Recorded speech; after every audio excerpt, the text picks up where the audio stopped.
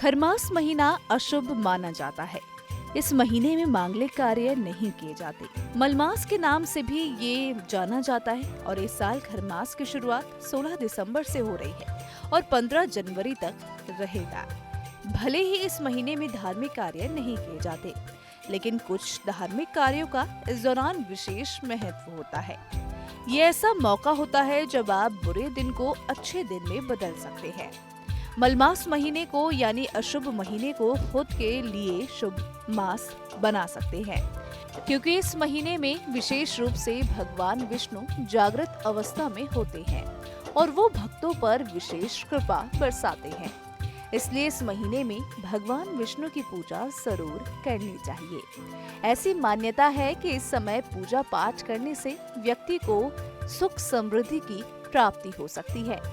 खरमास में सत्यनारायण की कथा पढ़ना बेहद शुभ माना जाता है। धर्म के जानकार बताते हैं कि पूरे परिवार को साथ बैठकर ये कथा सुननी चाहिए। इससे अक्षय फल की प्राप्ति हो सकती है। अगर आपकी कुंडली में मौजूद ग्रह बृहस्पति धनु राशि में है, तो आप कोई भी शुभ काम खरमास के दौरान ही कर सकते हैं। इससे आपको अपार सफलता मिलती है।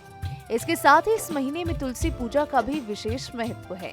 खरमास के दौरान तुलसी जी की पूजा करें। खरमास के पूरे महीने में तुलसी जी को नियमित जल देने से लाभ हो सकता है। जो आर्थिक समस्याओं का सामना कर रहे हैं, वो तुलसी जी के सामने रोज घी का दिया जरूर जलाएं।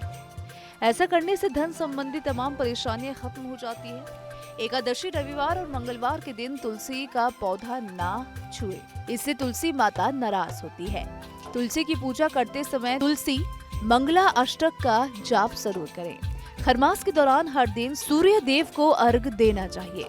इससे समस्त रोग दोष दूर होते हैं और जिंदगी में खुशहाली आती है। खरमास में भगवान श्री कृष्ण की आराधना भी बहुत फलदायी होती है। कृष्ण मंत्र के जाप से आपको कभी किसी भी समस्या का सामना नहीं करना पड़ता। खरमास में केले के पेड़ की पूजा करने से भी उत्तम फल की प्राप्ति हो सकती है। यानी खरमास के दौरान शुभ कार्य करना तो वर्जित होता है, लेकिन पूजा पाठ कर मौके का फायदा किया जा सकता है। ऐसी मान्यता है कि इस समय पूजा पाठ करने से व्यक्ति को सुख समृद्धि की प्राप्ति हो सकती है।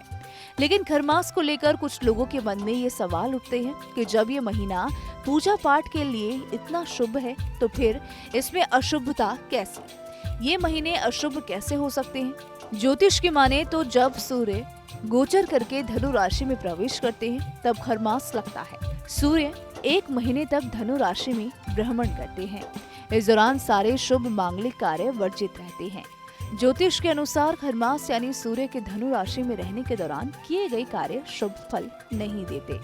खरमास में सारे शुभ कार्यों पर पाबंदी लग जाती है। ऐसे में आप इस महीने 16 दिसंबर से पहले जो भी शुभ कार्य हो उसे निपटा लें, क्योंकि खरमास शुरू होते ही किसी भी नए बिजनेस या कारोबार की शुरुआत करना बेहद अशुभ माना जाता है।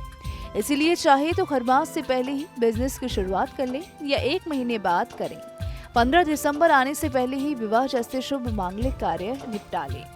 ये सभी कार्य किसी अच्छे मुहूर्त में ही निपटाएं। इस दौरान जनेऊ, गृह प्रवेश, मुंडन और अन्य मंगल कार्यों पर भी रोक होती है। इसलिए ये सभी मांगलिक कार्य भी अच्छे मुहूर्त में किए जाते हैं। खरमास के दौरान पूजा करने की कोई विशेष विधि या कोई अशुभ मुहूर्त नहीं होता। इसीलिए कोई विशेष पूजा करवानी है तो खरमास से पहले ही करवा ले। इसके साथ ही खरमास में ना तो नया घर खरीदना चाहिए और ना ही नया घर बनवाना चाहिए।